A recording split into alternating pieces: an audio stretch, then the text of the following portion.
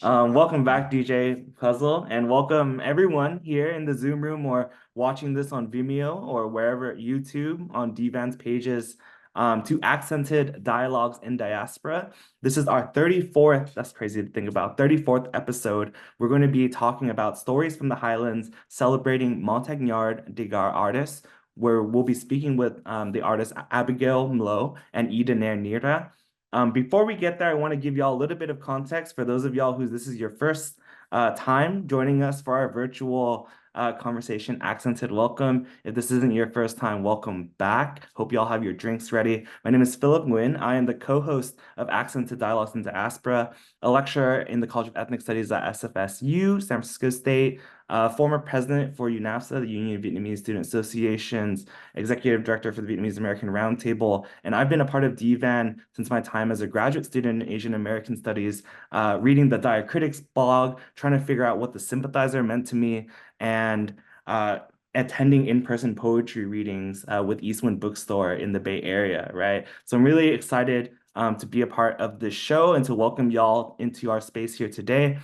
Before we get to our conversation piece and I introduce to y'all the co-host for Accented, I want to talk a little bit about DVAN, or the Diasporic Vietnamese Artists Network, which produces Accented. And some of our background staff, shout outs to them, will be popping links and information in the chat for y'all to follow along for. At this point in time, I also want to make sure that y'all are aware of DVAN's Instagram and Facebook page handles, which are _DVAN, and then we'll share that with you all in the chat.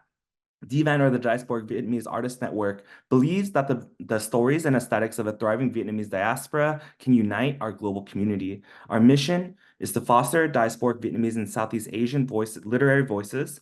DVAN promotes nonfiction, fiction, and poetry to empower artists in the diaspora and inspire understanding as we champion our complex and diverse stories for future generations, as we are refugees, immigrants, survivors, and their descendants, and know that our stories must be heard.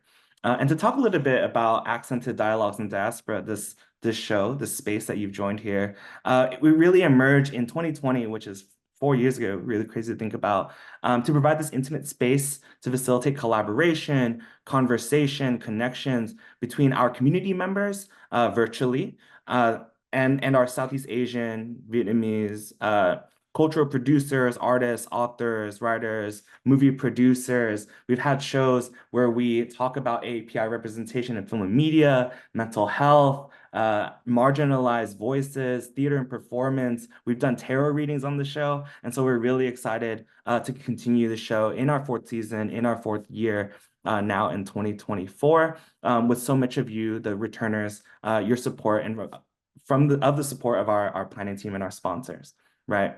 For the show tonight, we'll be having a very casual, intimate conversation, which we invite you to engage with and participate in. Please feel free to use the Zoom chat function or the Q&A function for our guests to prompt questions that we can pose to them to answer when we reach the final moments of our show. All right. And we'll be sharing all the information again in the chat. At this point in time, after we make sure that you not only follow _DVAN on Instagram, but that you click that little bell if you're on your phone, that little bell, so you get notifications of when the next Accented shows are happening, because we do this every month, as well as any other in-person events or programs such as our writing workshops or residencies that we have for aspiring writers, artists, cultural producers like yourselves, right? And now I have the really I have an amazing opportunity to introduce Viet Nguyen, who is the co-host of Accented Dialogues in Diaspora and one of the co-founders for the Diasporic Vietnamese Artists Network. Viet Nguyen's novel, The Sympathizer, won the Pulitzer Prize for Fiction and numerous other awards. His most recent publication is A Man of Two Faces, a memoir, a history, a memorial. Make sure y'all check out the audiobook too. He narrates it. It's beautiful. His other books are the sequel to The Sympathizer, The Committed, a short story collection, The Refugees, Nothing Ever Dies, Vietnam and the Memory of War, a finalist for the National Book Award in Nonfiction and the National Book Critics Circle Award in General Nonfiction, and Race and Resistance, Literature and Politics in Asian America. He has also published Chicken of the Sea, a children's book written in collaboration with his son, Ellison. He is a university professor at the University of Southern California, a recipient of fellowships from the Guggenheim and MacArthur Fellowships. He is also the editor of the Displaced Refugee Writers on Refugee Lives. And I believe you have a forthcoming children's book this summer titled Simone that's illustrated by Minnie Fan. I'll pass it to you. Welcome back to Accented, Viet. Hey, Philip, it's great to see you again and to be here with DJ Puzzle and the whole accented crowd. Cheers, Happy New Year. And I'm just really thrilled that we are having our first episode of Accented devoted purely to Montagnard Degar artists. I think it's a really great opportunity for us to be in conversation with two very special guests. The first of whom is Abigail Mlo. She's a Montagnard American, Southerner, and writer based on Lenape land, Philadelphia. As a student at the University of North Carolina in Chapel Hill, she co-founded Voices of the Highlands to meet a long-time need in the Montagnard community for connection and storytelling. And you can check out their Instagram page on Voices of the Highlands. In 2021, she wrote a children's book in 4 weeks with room to read. We'll talk more about this book titled Ya's Backyard Jungle. Outside of writing, Abigail is a hobby film photographer, outdoor enthusiast, and foodie. Hi, Abigail. Hi, thank you for having me. Absolutely, a pleasure to have you. Our second guest is Y-Danair Niehrah. He was born and raised in Charleston, South Carolina. He has studied creative writing since his father introduced computers to the family. He grew up reading genre fiction and horror, but shifted to historical fiction in high school, focusing on the stories of the Degar people, the indigenous tribes of Vietnam. He studied creative writing at the College of Charleston under fantastic writers and mentors like Bret, Lott, and Anthony Varallo, before pursuing an MFA at Queen's University of Charlotte under writers like Fred Leebron, Naeem Murr, and Jonathan Dee. Hi, Y-Danair. Hey, thanks for having me. First, is it just a coincidence that you both ended up in the Carolinas or were born in the Carolinas, or is there a historical reason for this? I would say a lot of Montagnard Degar refugees ended up in the Carolinas, specifically North Carolina, Raleigh, Charlotte, those type of areas. I'm not sure why. It just happened to work out like that. Right. So someone has to tell us how. Maybe somebody in the comments will know what the reason is behind that gravitation to the Carolinas. Some of the people in the audience probably do know a lot about Montagnard and Degar peoples and their histories, and some in the audience may not know very much at all. So I think part of what we want to do tonight is just to talk about these terms, the histories, and so on. And we'll also be talking about important issues of representation and art as well. But Vietnam is a country of 54 different populations, the largest population of which are the Viet or Gin people, of whom Philip and I are members. That's about 85% of the population. And 53 other groups make up the remaining 15% of the Vietnamese population. And they have been called Montagnards. They've been called specific tribal names as well. And both of you come from different tribal populations, and they've also been called or called themselves Degar. So we just want to get into some of the terminology behind that. How do each of you identify in terms of your population, your people, your tribe, the names that you adopt for yourselves? Abby, if you want to go first. Sure. Yeah, I'll go first. Yeah, good way to start. I identify as Montagnard. Specifically, my mom is Jirai and my dad is Ade. So I often call myself Jirai or Ade, Montagnard American. That's something that I definitely struggled with a lot growing up, just figuring out labeling and being comfortable using the term Montagnard when it is so loaded, and it often comes with many questions from the person that I'm, sharing that information with, which I'm sure we'll get into. But yeah. How about you, Y-Danair? Yeah, if you would have asked me when I was an elementary school kid, I would have thought I was Chinese because that's just what they called me growing up. But once I started learning more about it, yeah, I identify as half Montagnard, Degar, and half Vietnamese, as my mom is Vietnamese, from Saigon. And you know, I guess now I do identify more as Rade Ade, just because I lean so closely into my dad's culture and heritage, and I want to tell that story. But you know, yeah, like Abi said, the term Montagnard is pretty loaded. You know, it's a French term, mountaineer, mountain people. You know, they colonized Vietnam till 54, 55. So a lot of culture stems from that, and it comes with the territory of saying Montagnard as opposed to Degar. But you know, I don't have the, you know, anthropological experience of knowing where Degar came from. But that's just kind of how I saw things. Yeah, I was recently in conversation with Jeff Chang, the cultural critic, about Asian Americans. And, you know, what he was saying to me was being Asian American is partly about misidentification. That the whole reason we exist as Asian Americans is that we were misidentified as Orientals, for example. And even now, of course, some of us are mistaken for a different group altogether. So you're mistaken for Chinese, I'm mistaken for Chinese or Korean, and so on. And so I think all of us as Asian Americans are familiar with this process of being misidentified and then choosing our own identification. And then when you talk about Montagnards or Degar peoples, it gets even more complicated because you are Asian Americans in the United States. But of course, in the Vietnamese context, there's a whole different set of issues taking place that's specific to Vietnamese history and culture. So there's all other kinds of misidentifications taking place as well. Layered on top of being here in the United States, you are a part of a Vietnamese nationality in some way, but you may or may not identify with being Vietnamese. It gets very complex, as you say. So the French came in, looked at these 52 different tribal populations, the 53rd population being ethnic Chinese, looked at these 52 different tribal populations and decided to call them Montagnards because a lot of them lived in the highlands and so on. But then at some point, some of the peoples decided to call themselves Degar instead. Do either of you want to explain, like, what does Degar mean and how did that come about?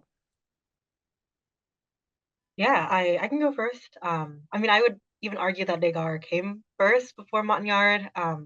Degar, from my understanding, is a reference to the Rene people specifically. So the DE of Degar is the day part, and then Gar meaning all Rene people or people of the mountains. How it became the way that Rene people refer to themselves to the way that many Montagnards refer to themselves, that I'm not clear on, since there are many different ethnic or tribal groups that fall into the umbrella of Montagnard.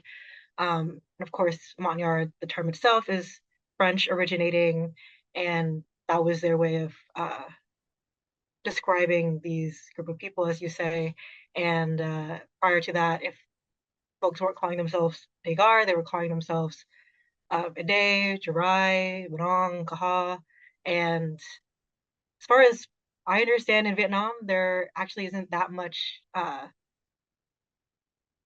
relationship or community building between these groups.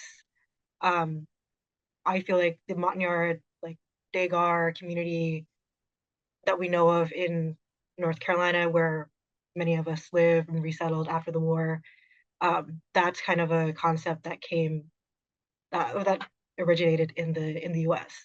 Because my like Jirai family like don't know any Kahal people because there aren't any in the town that they live in, for example. So yeah, the origin of all these words, I think the history for a lot of us is fuzzy because it's not very well documented, and if it is, like some white guy wrote it, and we have to like dig through the internet or physical archives to find out where we all came or where these terms came from and what they mean. Um, so yeah, it will definitely vary depending on who you talk to, whether they refer to themselves as Montagnard, Degar, or whatever they choose to. I mean, I think it's a really interesting answer because the parallel is with Asian American populations. You know, people would not identify as being Asian until they came to the United States and realized they were all being lumped together. So now all of a sudden, Korean and Japanese and Chinese and Vietnamese decide to be Asian Americans together, or even just Asian, things that they would not have done in Asia itself. So Montagnard, then, at least in the United States, you're saying has a kind of a different meaning than it might have in Vietnam because it's very specifically a Montagnard American kind of identity where people are making alliances together based on cultural cultural similarities they may not have seen in Vietnam? Yeah, I feel like there is a more collective sense in the US, and I can't speak for my folks in Vietnam, just based off of, the few trips that I've taken, the observations I've made. But in the States, in my upbringing, like I uh, had other Montagnard students in my class, and up until maybe high school, when I started to really understand that Dry is Dry, Day is Day, Kaha is Kaha, these are all like different languages, similar cultures, again, similar umbrella grouping. Um, but for most of my childhood, if somebody called themselves Montagnard, I was like, I'm Montagnard too, with no like questioning beyond kind of the specific tribal groups. Yeah, I think it's interesting too. I'm thinking about like, I growing up being born in the United States to a Vietnamese American refugee family. I'd heard about Montagnard folk like growing up from my parents. The word that they had used, like người thường, is like kind of the describer in Vietnamese. I know like a lot of our viewers are also of the Vietnamese descent, right? Người dân tộc thiểu số, which literally means like people who are of the ethnic minority is another term that's used. So I'm kind of thinking of this like precarious positionality of like Vietnamese like dominant majority folk in Vietnam who are kind of obscuring sort of the diversity of ethnic or indigenous folks in Vietnam, right? And I know there's a note from Rena Detroit, who's also one of our DVAN's residencies and workshop managers, who also is helping to provide some context, on North Carolina having this special forces connection and there being a military base there or these associations with the Lutheran Church. And then also on the Tonight Show is on the Montagnard Degar people. She's also sharing about how the term kind of represents this collective identity, even though it may not be like particularly historically accurate. As I'm thinking about like the terms being used in Vietnamese too, I wonder if the Vietnamese terms came first or if like the French colonial terms came first and then they were being like translated into Vietnamese, right? But I'm also like really curious too for both you, Abby and Y-Danair, like what was it like, to grow up in the United States as Montagnard Degar folks? Like, how was it that y'all found community? Like, did you live close or have a robust like family community of folks, or did you like seek that out? Like where was it that y'all got groceries is a question that kind of I return to. Like, are there like Montagnard Degar grocery places that sell groceries in like North and South Carolina? No, absolutely not. I don't know about North Carolina, but South Carolina, there's barely any, um, Asian markets in general. At least in Charleston, it's really hard to come by. As far as community goes, I was lucky to have a really, I have a family of three other siblings, and we lived in a duplex across from my one of my uncles and cousins. So we always had that sense of community, but most of them were 3-hour drive up to Spartanburg, and then from there, another few hour drives to Greensboro, Raleigh, and everything like that.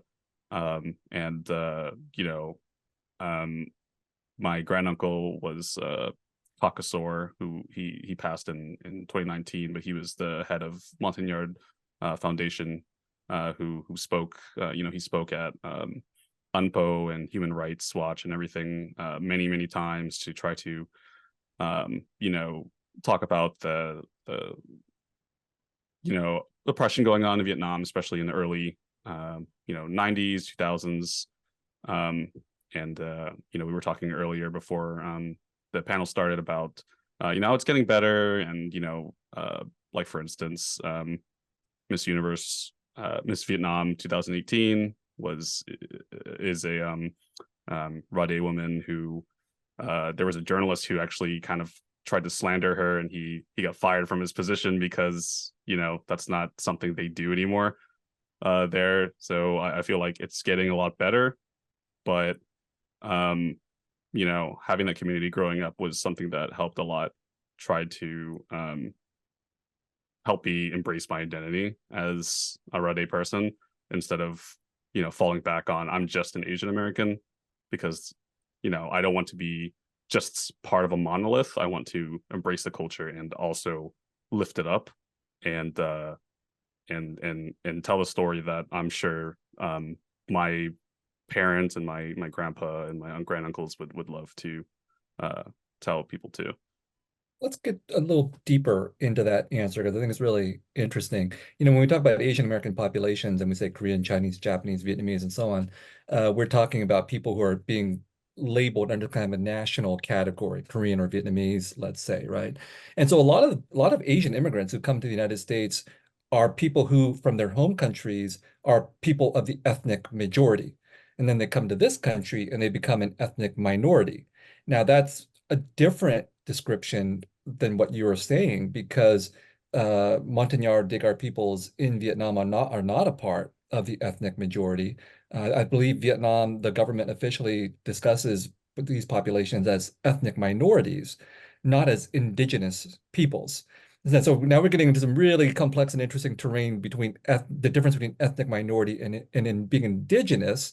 And that means that once, Montagnard Degar peoples come to the United States, they have a complex set of choices and circumstances around how they could choose to identify. I mean, these choices are not exclusive, but you could be an ethnic minority, you could be an Asian American, you could also be potentially indigenous, and all of these choices have very different political and cultural ramifications. And in your response, Y-Danair, you were sort of alluding to some of the tensions that have existed in Vietnam between ethnic minorities, Montagnard Degar peoples, and the ethnic Viet or Kinh majority. And sometimes those were really significant political differences because some of the Montagnard Degar peoples chose to side with the Communist Revolution, and some chose to side with the South Vietnamese and the American forces and so on. And these choices would have ramifications afterwards, and still do. I remember when I was in Vietnam in the early 2000s, and my hometown is Ban Ma Thuột, which is in the Central Highlands, which is where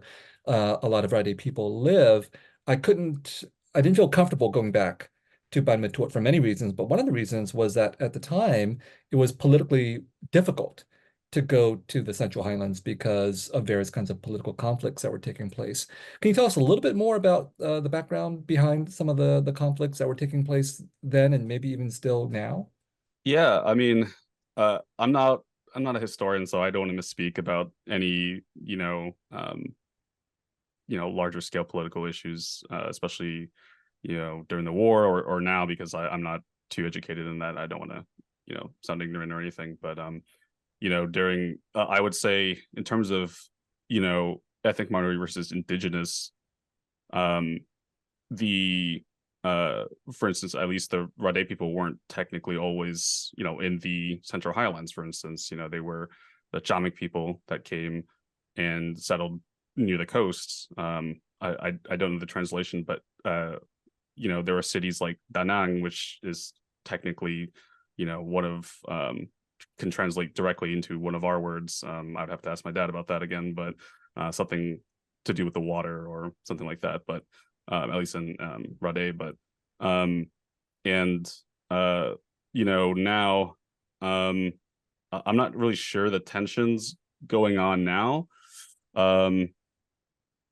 It's something that I would probably have to, refer to or at least direct people to look at more so the ethnographies again of people like Dr. Hickey or writings of that time, because it's a lot more complicated than just they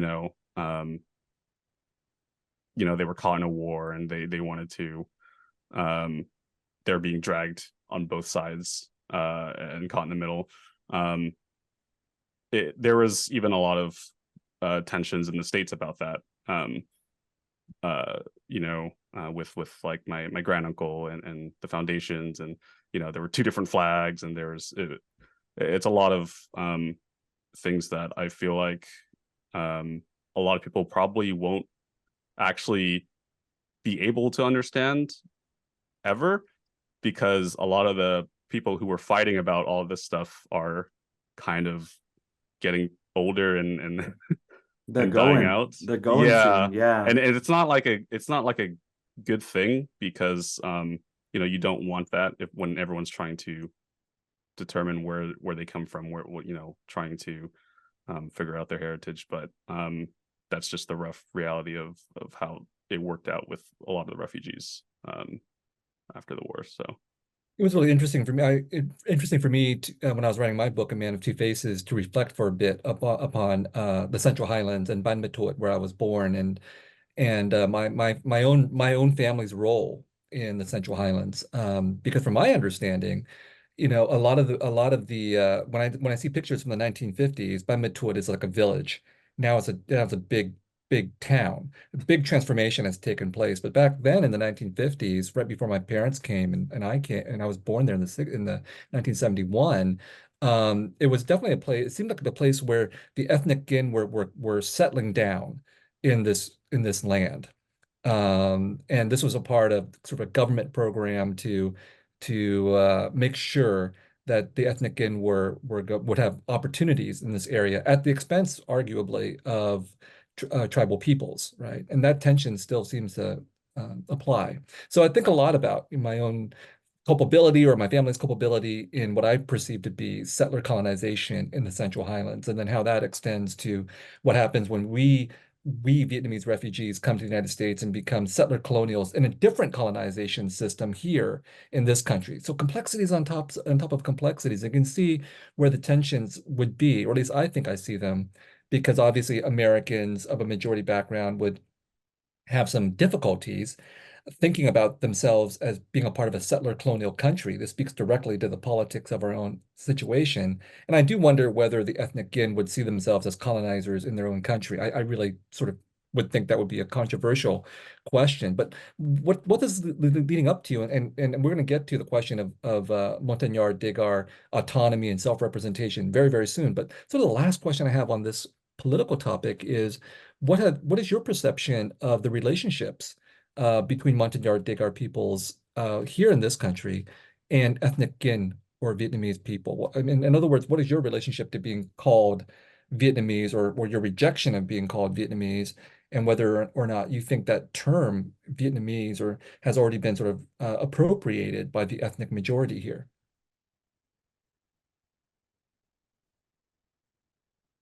Their view. you go ahead. Always Philip's comment. Um, yeah, I would say there is in fact beef. I think a lot of folks like of our generation, speaking for myself, being born in the US and growing up, like I had Vietnamese friends growing up because they were in my class, and that historical context was not on my mind as I was forming these friendships as a kid. I think there's a lot of tension, perhaps for older folks, but I also think that um, you know, in in a way, the dust kind of settled after resettling in the U.S. and years have gone by, and um, my experience growing up in Greensboro, being that it is the home to the most Montagnards outside of Southeast Asia, is that we assimilate and we form community however we choose to. So for some of us, that means you know going to Vietnamese-owned grocery stores, of which there are a few. Sorry to say that that's not your experience, Y-Danair. In some cases, going to, um, there are Vietnamese churches. There's Vietnamese communities forming around uh, activism and advocacy and immigration services. Like because a lot of Montagnards, especially the ones who were born in the U.S., speak Vietnamese. It took a while to have access to certain resources in the language that they understand. Um, so, if that language is Vietnamese, then and they have to attend like this uh, program or this workshop, and it happens to be in Vietnamese because they need it to understand how to acquire different services or resources, then that's the way that it is. I think um, for me in college as well, like, there's VSA, the Vietnamese Students Association, and there's the Asian American Students Association. But I didn't really feel like I fit into an organization until the Southeast Asian Students Association was founded, because there were folks who were Thai and Lao and Hmong, and folks who also understood what it felt like to be Asian, to be perceived as Asian, but to not be the Asian that people are thinking about, which are, Chinese, Korean, Japanese, as we keep mentioning, and even Vietnamese. Right. In some context, in like a Southeast Asian American context too, right? Like Yeah, if we're talking about the Gin folks as like the settler colonials, then we can't also not talk about like Vietnamese within the Southeast Asian American context as like the Asian American model minority, right? right. Which is something that you write about in Summer at Tiffany's, right? And the characters working in this like Vietnamese owned nail salon, right? I want to ask you too, Abby, there's this project. I'm going to drop the link to the Instagram for Voices of the Highlands. I want to hear a little bit more about like what that process of politicization was like. If it was like finding Southeast Asian American community, like there's this Instagram page which has become the storytelling platform to amplify the Montagnard/indigenous identity. Could you talk a little bit about like what got you to this place where you felt like, I think it's our time to also work on a little bit of the education for like towards the self-consciousness, right? Or collective identity. Yeah, so yeah, Voice of the Highlands is a storytelling platform for Montagnard Indigenous folks. It was founded with my friends, Lee and Boone, when we were students at UNC Chapel Hill. We applied for a university grant to do research abroad after hearing about it through a friend of ours who'd applied for that grant previously, gotten it, and done a documentary project about nurses in the Philippines. And but prior to even applying or thinking about applying, we'd already been having these conversations of community and what did it mean to us and how it felt being apart from the community, because there isn't a Montagnard community in Chapel Hill, and kind of feeling that like when we're not in community physically, feeling like socially, culturally, that we were already losing touch, because we were, I mean, only an hour away, and not very far from Raleigh, but also in a way like the Greensboro community, like the Raleigh community, the Charlotte community, like when I like growing up in such a specific community, like the Raleigh and Charlotte community, like I like whatever's happening there is happening there. Like I don't know. I know some folks, but not a lot. But our community is so place based, and so like um, where we gather is where community is formed and where it's felt most. Um, but yeah, so we were able to do the project in Vietnam in 2018, and we traveled across the Central Highlands and stayed with our family and asked our family to graciously, have us interview them, and we took photos and video of their daily lives. We asked them to connect us with cultural practitioners, basket weavers, textile weavers, musicians, and documented that. And it's a lot of it is on our Instagram and hopefully soon a website. But yeah, that from that, we continued thinking about how Voice of the Highlands can be a fluid, growing project and not just that one thing we did in 2018.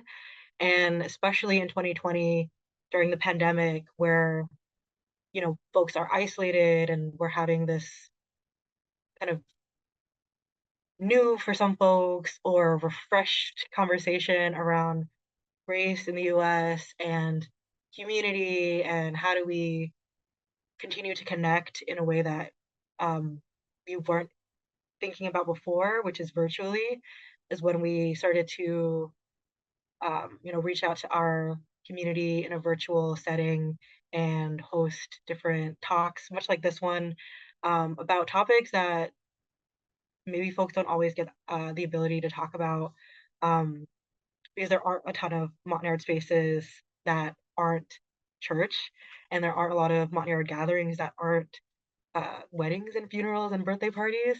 So this was kind of that our way of creating that space and continuing to collect stories and encourage folks to um, to share, you know, their experiences in whatever way that they felt called to.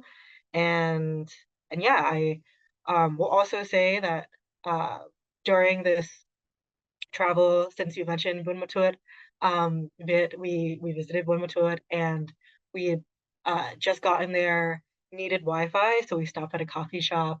And I mean, we must have looked crazy because we had like giant backpacks and all of our suitcases, and drew the attention of the I think the cafe owner or maybe a staff member, and she started asking us questions, and she spoke a little bit of English, and so we're like communicating through this barrier, trying to explain, um, you know, who we are, where we came from. And she like, I don't know if it was what it was, but she asked where we were from, and we said the US. You don't look like you're American, you look like you're Asian. And you know, we're Montagnard, I'm Renee, like all these different like variations of how to say I'm Montagnard. Or and it was completely like just going over her head. And that really, I still don't really know, and I'm still learning like what people's perception of us is in Vietnam and what terms they're using, because I like really tried to communicate who I was. We even said like, because it's 2018, and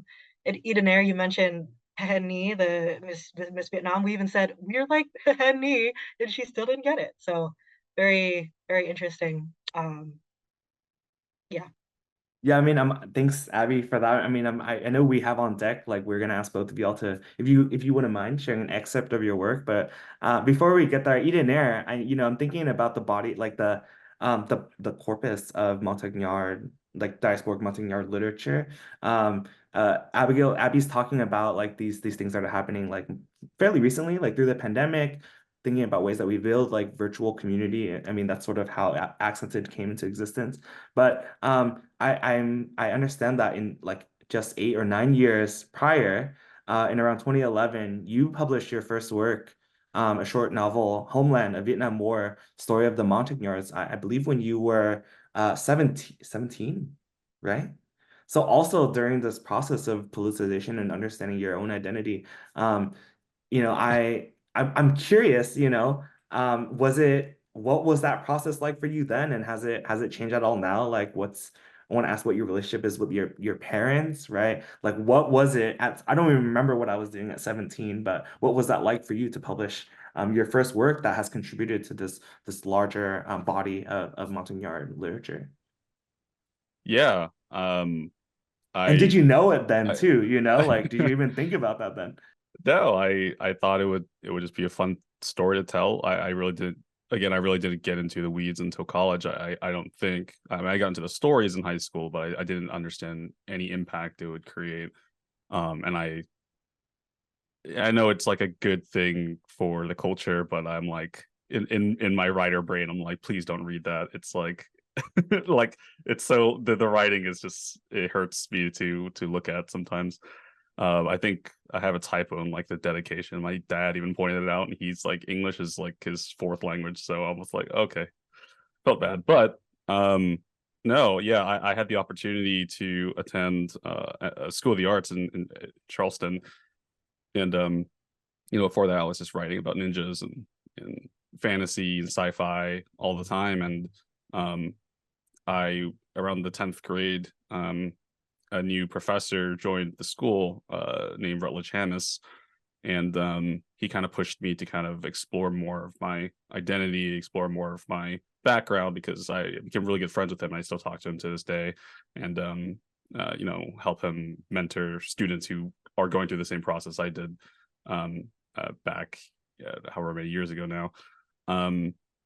And so when I did that, going through like self-publishing and everything, it was a lot of talking to my dad. And now that I'm older and understand the importance of and the impact of what it could have in terms of telling the story and telling more about the culture and my heritage and our heritage, that's why I started to delve more into kind of that weird space between historical fiction, creative nonfiction, just making sure like I get everything correct. But I know it's not going to be super correct because it's been 40 something years since my dad can remember those events and recollect them. So it's a crazy jigsaw puzzle to piece together. because the story I told in that Homeland book was just it was more fiction than not. You know, I created basically every character in there, and you know, wanted them to do their own thing. And I mean, there was a lot of action scenes because I loved writing those. But I think that with some of the stories I'm working on now, you'll probably realize it's a lot more weighed heavily on relationships, especially on the aspect of fatherhood and how that works within the dynamic and the circumstances of the war, and as a, you know, raw day person. So we've been talking about different kinds of genres of writing. Abigail has the children's book. I count social media as a kind of writing as well, very particular kind of writing. And then Y-Danair, you brought up creative nonfiction, which in some ways is an ideal genre for some of the things that we've been talking about, right? Using the memoir, using autobiography, using creative nonfiction to merge the personal story with the story of your people or peoples. But then, you know, you also brought up horror and these other so-called genres. And I would say, you know, those are also really incredible genres to work with to tell the stories of everybody, really, but also of Montagnard and Degar peoples as well, because I can see such applicability of horror and science fiction, for example, to the experiences of indigenous peoples. We see that happening now in the context of this country, where the so-called genres are being deployed by indigenous artists to talk about indigenous experiences, simply because the what history has done to people has been so horrific and so weird and so surreal in so many ways that we need the genres, all the genres, to talk about the complexity of these experiences. Nevertheless, you wrote a piece for Diacritics, which is the blog of the Diasporic Vietnamese Artist Network, which also produces this show, Accented, about your father, right? Can you tell us about that? And then perhaps read a piece of that for us? Yeah, sure. I wasn't sure, you know, what piece to read or which section to read, because it's a fairly short story, but you know, some of them are kind of pieced together in weird ways. But I actually wrote this story called, and I think this would be the title of the project I'm working on in general, My Father in the River. And this is would probably be the either first or second story, depending on if I go the route where I do a lot of shorts or flash fiction interspersed, which I did during my master's thesis. But yeah, I wrote this in 2015, actually, under tutelage of Bret Lott, who teaches at the College of Charleston. He's a fantastic teacher, fantastic writer. And yeah, I'll read an excerpt here from My Father in the River. And this is just the opening. So, and of course, you can read the full thing on the website as well. My father always called the rivers by Buonale the purest water on earth. The water flowed from the mountains in the west down to the Strepak River that bordered Cambodia, forking into Ietam, which rushed between evergreens that swayed like war banners in monsoon rain. We were going to row them to Ietam together soon, he'd say. I looked down. I was young enough to believe him then. The river shimmered beneath the sun like gemstones. The sun began to set, and I froze. A fear of heights was something the Buon Ma Hoduk boys conquered when they were younger than me. I brought my knees closer to my chest and looked over the edge, my stomach tingling. Their jeers grew louder. Don't worry about them, Johan said, climbing up the rocks. Johan had broad shoulders and stood a head taller than most his age. He placed my clothes on the rock beside me and nudged his head toward them. They're just messing with you. I looked away. It was easy for him to say. He grew up like the other kids, sitting on the backs of buffaloes and swimming with river leeches. To them, I was a city boy, spent most of my life in school in Bumatut. Johan used to tease until he started to spend more time with the older boys, training with Mike Force. He was 13, 6 years my elder, and like an older brother. He taught me how to shoot crossbows and place snares for rabbits, but I couldn't explain to him why I felt so scared to jump into the water, even if it was so pure. I imagined myself slipping from the rock, plunging down below, and I took a deep breath. "Let's just go swim," he said. The cheers and hollers continued. Some of the kids had taken to swimming or firing stones into the trees with slingshots. I wondered if they had forgotten about me up there, a bronze dot in the forest. I tried to still my legs from shaking. Even with Johan there, I felt alone. "Nguyen!" Johan and I jolted up to the sound of my father's booming voice, calling my name. And that's just a short excerpt from the opening of that story. We're going to have it reading from Abigail, and then we'll have questions for both of you right after that. And then we're going to go to questions from the audience as well. Thank you so much for that reading, Y-Danair. Abigail, what are you going to be reading for us? Yes, I am going to read Blegu, which is a memoir essay, which is on lunchticket.org. And just to provide some context, it is about a trip that I took to Vietnam with my family when I was 18, which was the second time I visited, but really my first, I think of it as my first time because I didn't really remember my first trip. My family keeps the kitchen door wide open as an invitation for the air and any neighbors who want to stop by to say hello. And they do. They always do. They'll pop their heads in with a smile on their faces. They'll exchange produce and gossip with my family. The neighbors will catch sight of my mother and then me. It takes a moment, but soon they register that I'm the same girl who visited this town in 2000. Same girl with bowl-cut bangs and a rotund honeydew melon belly who's evolved into a leggy teenager with botched ombre hair. Sometimes they offer a story, a memory they have of me. I wish I could offer a memory in return. In 16 years, the distance between me and this country has only widened. I have no memory of my last trip here when I was 2 years old and hardly able to stomach the new environment. I was sick nearly in the entire trip. My parents recall each time it's brought up in conversation. And you cried a lot, they'll say. A stack of Kodaks memorializing this trip lay buried somewhere in my childhood home. Also buried are home videos my dad shot with a camcorder. How strange to develop memory through still images and shaky, grainy footage. Memory of me playing in the dirt with my cousins, me waddling in the park, me throwing a tantrum during a party. Though I've aged, I feel just as uncertain of myself in this environment as I felt when I was a toddler. What's changed is that I'm hyper aware of my body, especially of the amount of space it takes up where it doesn't belong.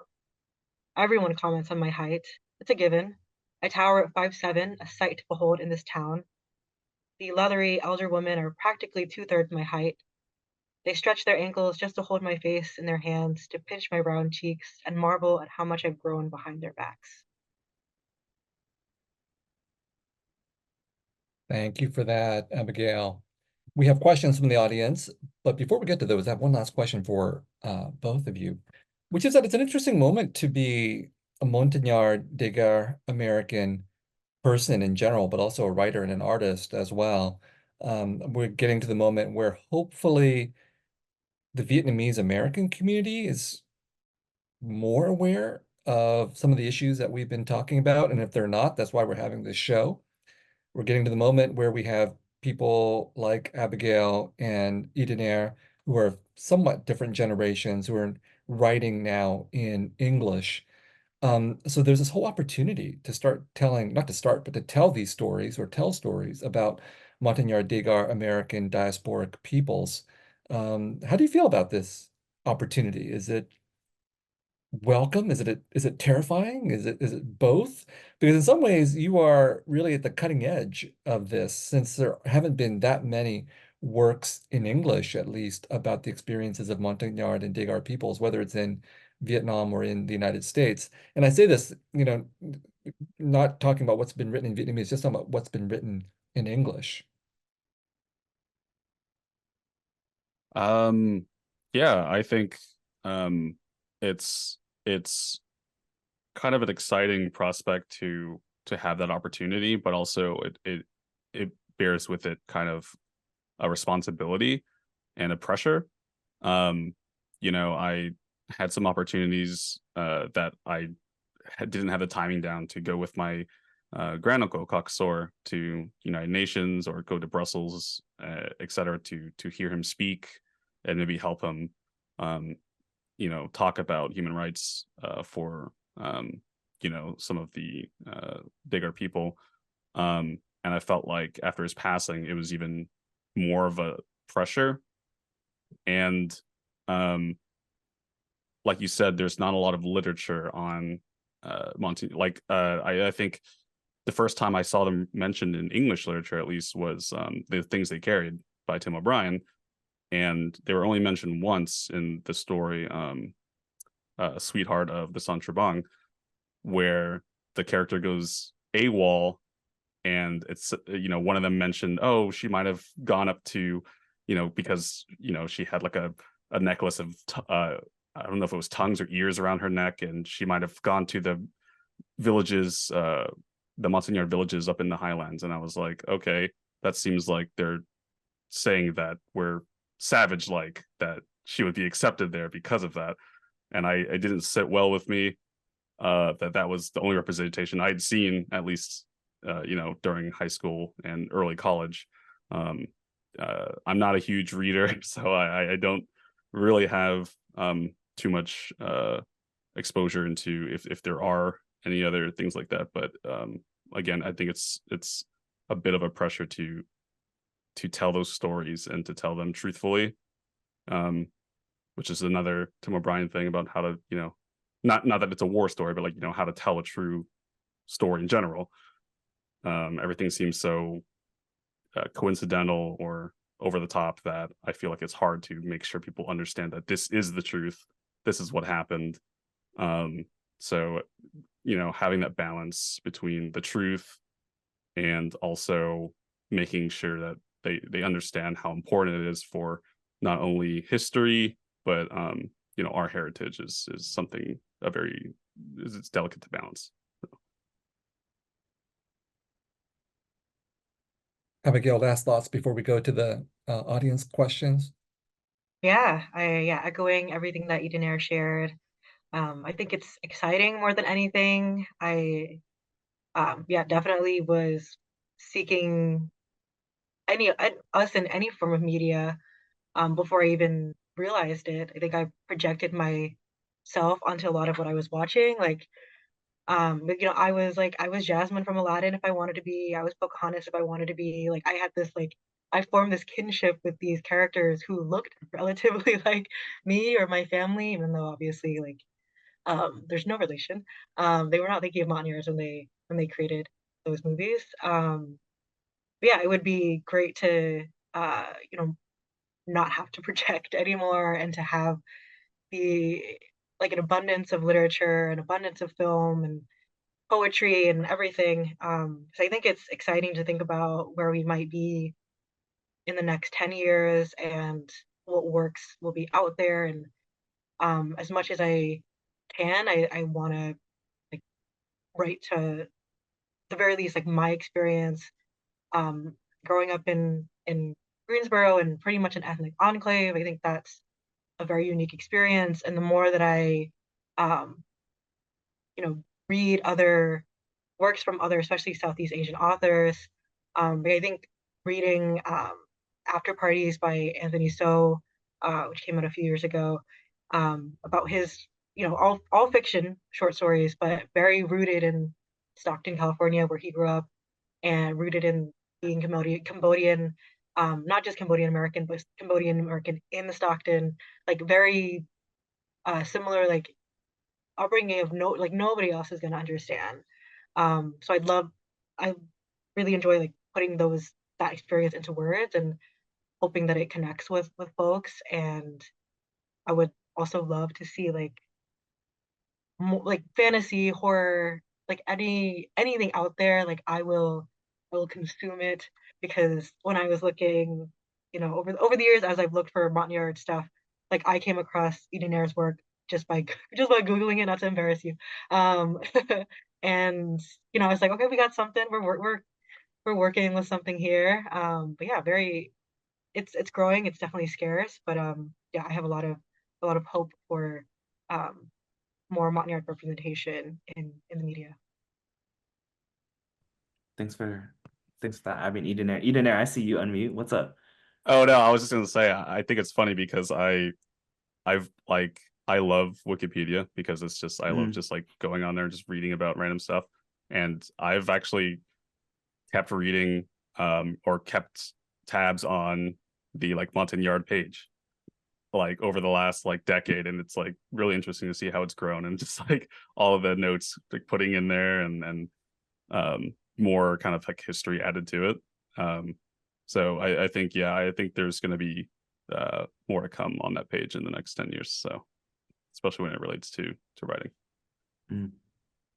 I think that's a beautiful segue into some of the audience Q&A that y'all out there listening to us have dropped in the Q&A. We're still taking questions, so please be sure to check out that Q&A function in the chat below. I think I'm gonna try and blend this question from anonymous attendee as well as Arena. The anonymous attendees stating that the majority of Montagnards who are in the U.S. resettled, as we know, in the 80s and 90s. Why do y'all think it's taken 30 plus years to hear/read written works from Montagnard Americans? And what are some ways to encourage more works moving forward? I think also, like, what are the hopes that y'all have for Montagnard Degar art or writing? Who is it that you're reading right now, and what do you hope to see, read, watch? I'll start with Abby for this one. Sure. I think, well, there are Montagnard storytellers. I would argue every Montagnard is a storyteller, for sure, for generations and generations of storytellers. But as far as having that work published and out there, I think, the generation that my grandparents and parents belonged to were focused on survival more than anything else, and kind of paving that path for their kids, folks of our generation, to make do with our lives how we choose. And so I think it's also, at least for me, like I've always been writing stories. I don't think I ever felt validated in what I was writing until I saw other folks similar to me do it, reading and being introduced to more and more Vietnamese literature, Southeast Asian literature largely. Like, I think that, like, seeing that door open time and time again for other folks makes me realize that it's a possibility and people are interested, and people are, people in our community are hungry for to see themselves on the page or on the screen. Should I answer the one about what are we reading now, or? Yeah, go for Okay. it. Who's on your reading list right now? What do you hope to see? Yeah, I'm listening to a book called Cultish, which has nothing to do with this, but it's about cult culture and cult language in the US.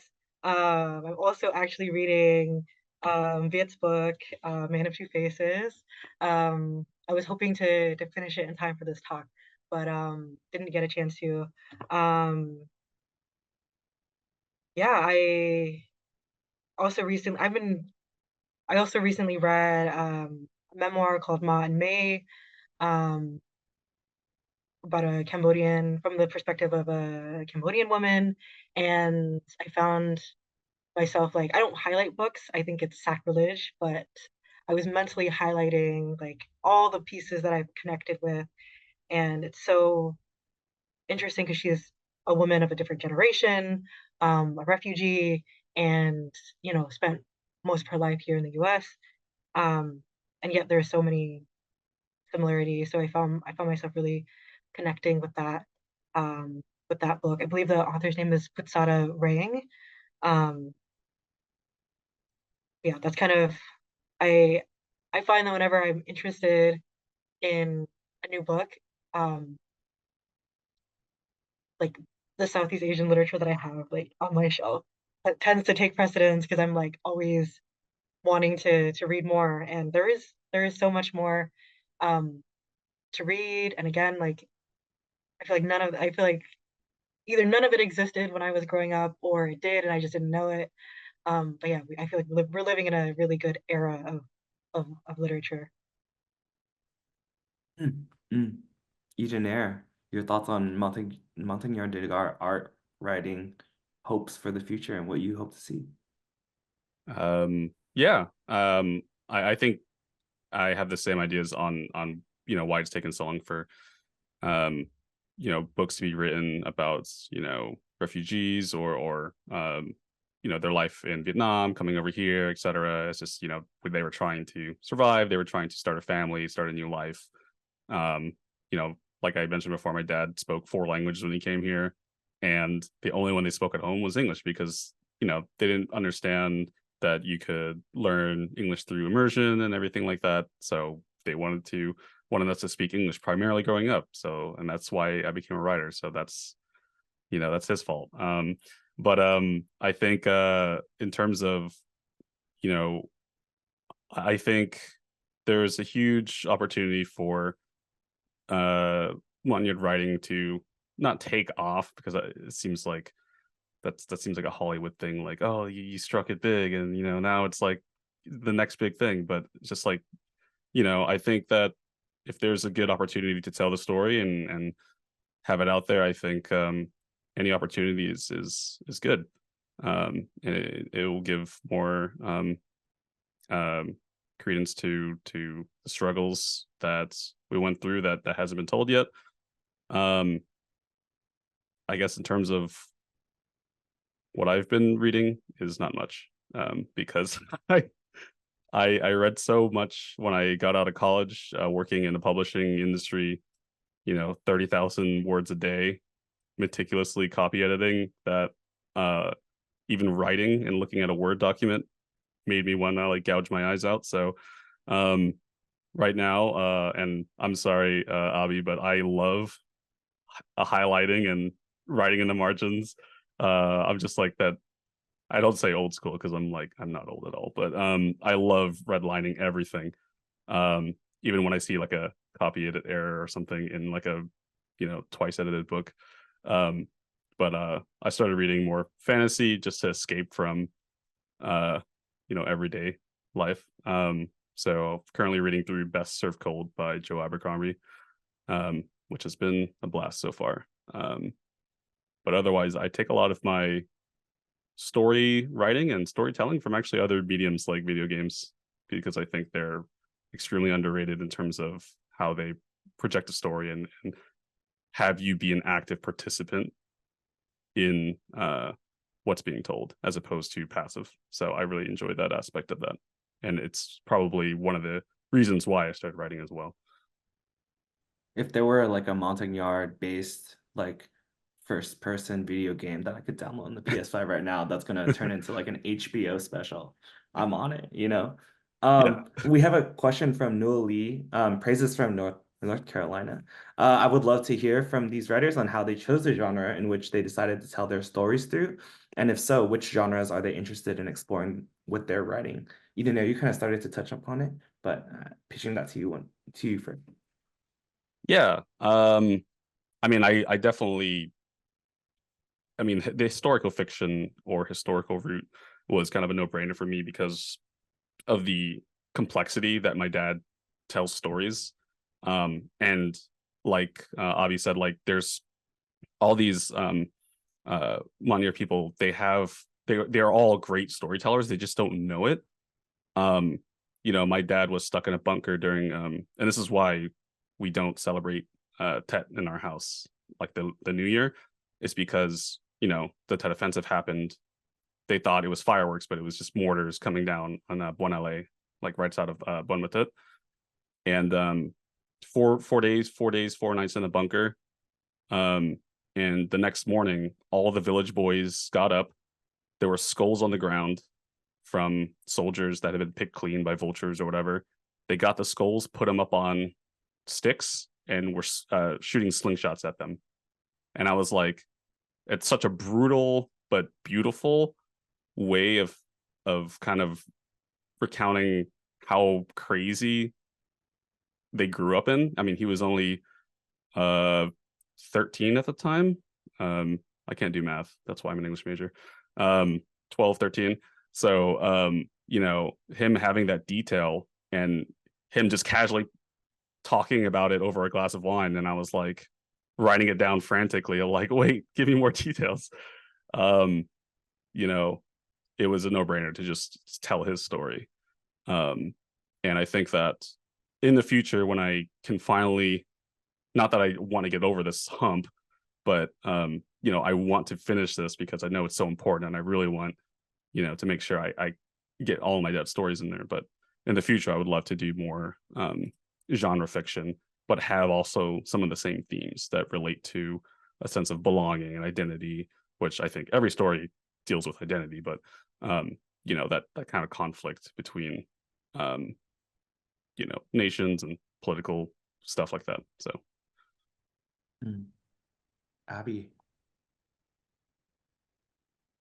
Yeah, I almost on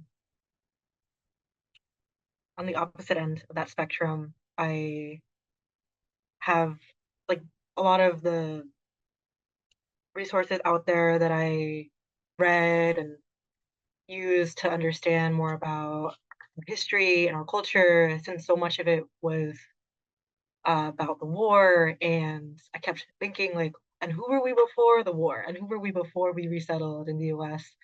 I A lot of what I like to write has very little to do with the war, and of course, like it's inescapable. It's something that will always be a touch point in our lives, regardless of how far removed we are from it, how many years pass. I have little cousins who are, 9 and 10 and 5 years old, and you know, very soon they will be hearing those war stories. Maybe not quite yet, but um, like those were that, and those are the stories that I heard at home and reading about it. And so a lot of what I write is in a contemporary setting with Montagnard characters who happen to be Montagnard going through um, breakups and graduating high school and traveling and living and forming relationships, and the expressing those relationships, family relationships, friendships, romances, with Montagnard identity being there but not quite the central focus, is what I have been finding myself writing a lot about. But yeah, I don't think I'm like siloed in that genre at all, and I would love to spend more time doing research and spending time with family, not just here but in Vietnam, and really asking the questions that I've been unable to and also afraid to ask my whole life. And I also, like, we kind of talked about language, and I would love to be more fluent in Dry and be able to speak with my family. But also I have like this vision of like there being more like Dry and Renee poetry. I don't know that any already exist, and besides in the form of song. But if I get to the point where I can communicate better, I think that's also something I would love to explore, because as far as I know, I haven't found it. And if anyone else has, like, please let me know. um, yeah. First, I want to thank all of our audience members for asking such great questions, and I apologize that we won't be able to get to any more of them except for the most important questions of all, which are always about food. So we have a couple questions about food. I'm not sure if they're from the same anonymous attendee, but they're both from anonymous. And I have to admit, I have never had, as far as I know, Montagnard food. That's an interesting question, like whether or not, obviously there's porous boundaries between the foods of Vietnam and everything. So maybe I have had it. I don't know for sure. Maybe we'll get some kind of some insight here with your answers. But the first question, and I'm going to combine a couple of questions, but the first part of the question is to Y-Danair from Anonymous. What is your favorite Montagnard dish, and why is it jam throng? I feel like we're wading into some kind of complicated territory that there's a potential conflict in that I don't know about, but apparently this jam throng must be a really incredible dish. You have no choice but to choose it as your favorite food. So after that, there's going to be a follow-up on the food question, but maybe you can tell us what jam throng is in the first place, and then why is it your favorite food? Yeah. Dim Throng is kind of like an eggplant, spinach, spicy. It doesn't have to be spicy. It could be bitter too. You add bitter melon. Kind of like a casserole, but it's not really a casserole. Like if I showed it to a friend, they would say it's like goop. Because it's like very heavy. You put it over rice, kind of like a, not like a sauce, but I don't know. It's kind of hard to explain. But it's primarily made out of eggplants, and like Thai eggplants, not the traditional European eggplants or anything like that. So Thai eggplants are, yeah, we stand goop. But yeah, I'm not sure if they also use ekde in it, which is our word for Thai holy basil, which I learned like just a few months ago that I've been like my mom has been growing in her yard for years now. But no, it's delicious. You like a comfort food of mine. And my brother, who lives in LA, he's in Santa Clarita. He loves this because you'll just literally grab some Hillshire Farms sausages and bake them and eat it with that and rice. And it's like our comfort food. We eat that growing up all the time, or with fried fish, or with just typical like tit nung. You would eat that together, like grilled meats. And then the other food that I love from my dad, and it was funny because I was watching one of those YouTube playlists where it was like, your final meal, where they have like Tom Hanks on there and like, they'll cook them their final meal and do interviews. And I was like, that's definitely on my, plate. And then I was like, no one knows how to make that besides, our families, because there's no recipes out there. So another one, for instance, is like dumplé, which is like a butternut squash type of stew with like chicken and etc. And then tronglé, which is like a smashed eggplant, and those are like probably the three main, I would say, veggie dishes. And you would eat that with everything all the time. My dad said he would eat that every meal. Doesn't matter what he would eat: fried fish, meat, pigs, whatever. And I got into cooking a ton because my girlfriend's Cantonese and she like brought me into that world. And so being a writer and loving cooking, I do plan on working on doing more recipes and trying to share that, so that when I'm old, someone will cook me that for my last meal. So In fact, then you already answered the next question, which is there going to be food writing in the future for both of you? So Y-Danair has answered that question. So Abby, this is the last question for you. Why is jam throng your favorite dish? And is there going to be food writing for you in the future? Yeah, I would have to say it is my favorite dish, and my family knows this, and every time, especially when jam throng is like in season, because my mom or my grandma and my mom have like they do gardening, and my grandma's house has a big plot of land where they garden, and there's tons of jam throng, and whenever it's in season and they're cooking a bunch of it, either like in the I would call it a curry, which confuses people, or it can be smashed in a mortar and pestle, and it is jonglei.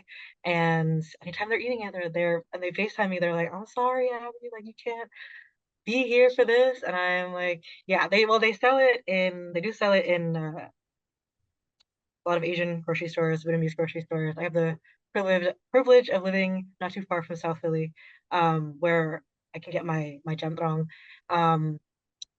Yeah, I can't even say why it is my favorite.